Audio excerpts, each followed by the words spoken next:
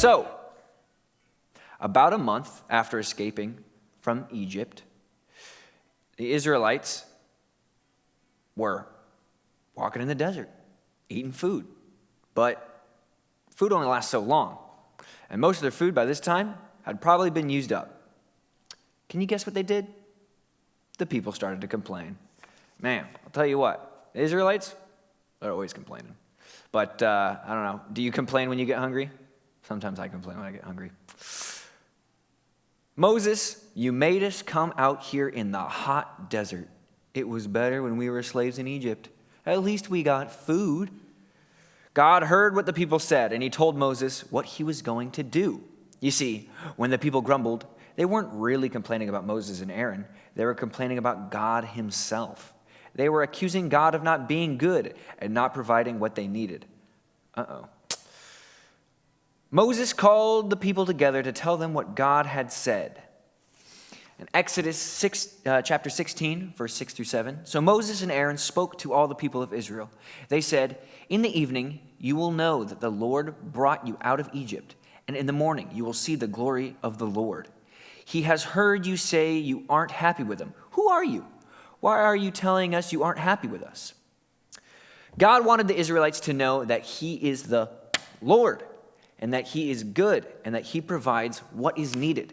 He loves you. He loves you so much. He is going to always provide.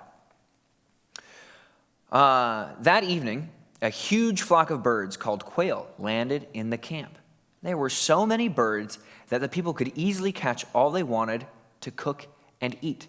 Can you imagine that? You're sitting down camping. Right? You ever gone camping before? You're hanging out, maybe by the campfire, got a couple tents up. Suddenly, all these birds start coming in. So many of them that you could just get up and start grabbing them with your hands. There were so many that they could just grab as many as they wanted. Then, in the morning, the people spotted little flakes of something tasty and sweet all over the ground. The people asked, what is it? And Moses said, this is the bread God has given you. The people called this bread manna. Can you believe it? God made bread come out of the sky, all right? In the morning, they woke up and they're like, man, I'm hungry. I need some breakfast. God said, bread from the sky. And it started falling. That's awesome. And manna is a word that means, what is it? They could gather all the manna they needed, no matter how many people there were to feed. There was always enough for each day. But if the people tried to save the manna overnight, it got stinky and gross and rotted and full of maggots. God wanted them to trust him for food every day, to rely on him every day, because maybe the Israelites were unsure, right? They were like, oh, I don't know if it's going to rain manna again tomorrow. I better save up as much as possible. And God was like, who do you think I am? I'm God. I will provide each and every day for you. God provides for me even when I don't recognize his help. And that is for the Israelites. But God told them that on the 6th day of every week, they should gather enough manna for 2 days. That way, they wouldn't have to go out and gather food on the Sabbath.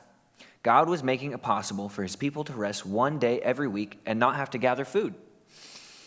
God made it very clear that whatever his people needed, he was able to provide.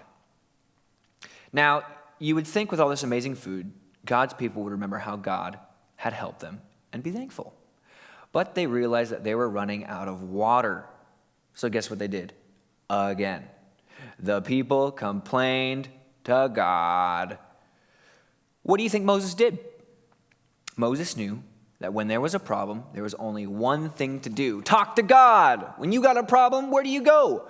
The one who fixes all problems, God. God had a solution.